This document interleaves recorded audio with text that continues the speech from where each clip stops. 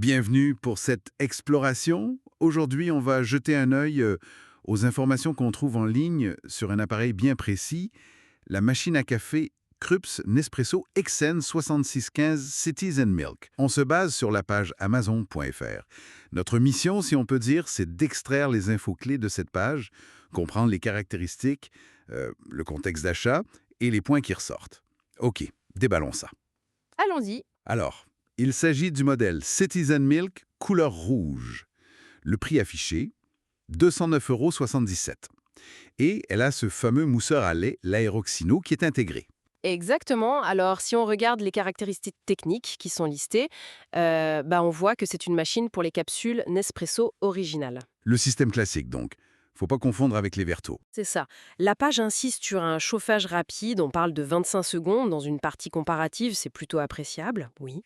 Et elle fait aussi l'option Longo, pour un café un peu plus long.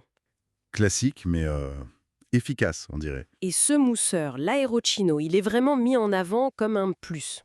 Ah oui, clairement. C'est dans le nom du produit Citits et Milk, donc c'est un argument de vente central. Pour le reste, techniquement, on a un réservoir d'eau d'1 litre, D'accord. 1 litre. une puissance de 1260 watts et elle pèse 4 kilos. Bon, c'est pas tout léger, quoi, faut y penser si on veut la bouger souvent. Ce qui est fascinant ici, par contre, c'est la question des matériaux. La description principale dit plastique. OK. Mais il y a un commentaire client, bon, il est en espagnol, mais assez clair, qui exprime une vraie déception. La personne s'attendait à de l'inox pour certaines parties. Ah oui, OK.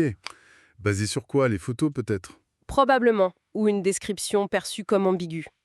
Ça montre bien le décalage possible entre la fiche technique et ce que le client imagine, surtout quand les visuels jouent un rôle important. C'est un point super important, ça.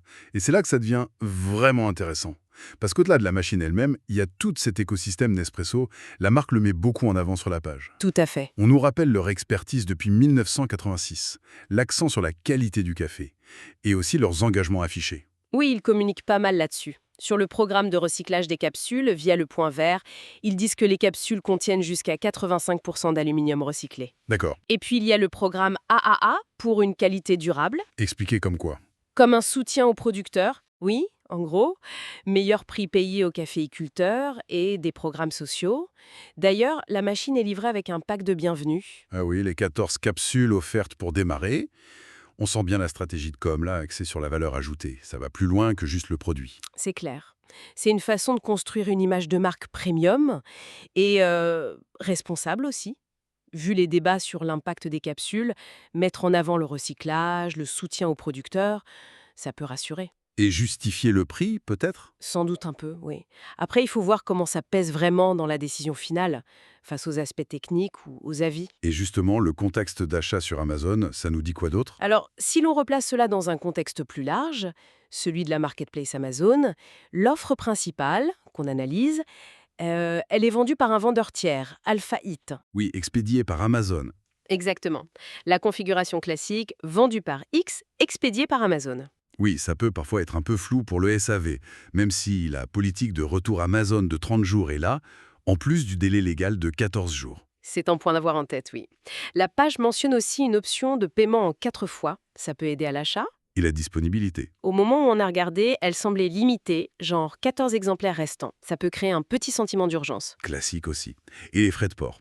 Bon, l'exemple est dans nos sources pour les US, n'est pas pertinent pour la France. Non, effectivement. Ce qu'on peut regarder par contre, ce sont les avis clients globaux. Alors, Plutôt positifs, la note moyenne est bonne, oui. 4,4 étoiles sur 5 sur 188 évaluations.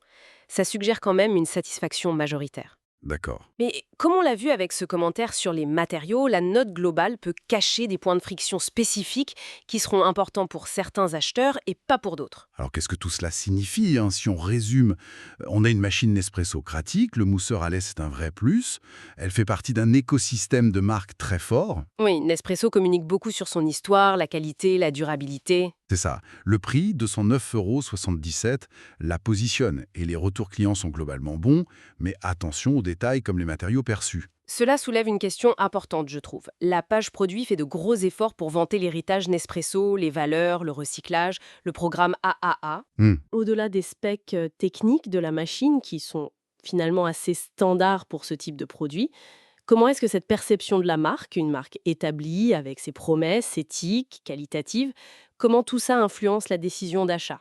C'est une bonne question.